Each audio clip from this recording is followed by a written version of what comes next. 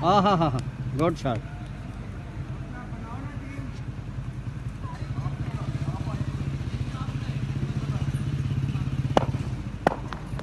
ओह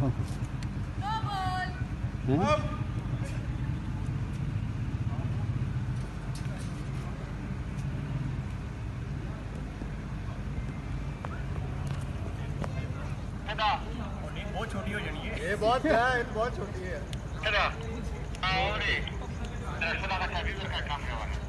एक जगह पे खड़े नहीं हो ना, spread out। हाँ इतनी ठीक है।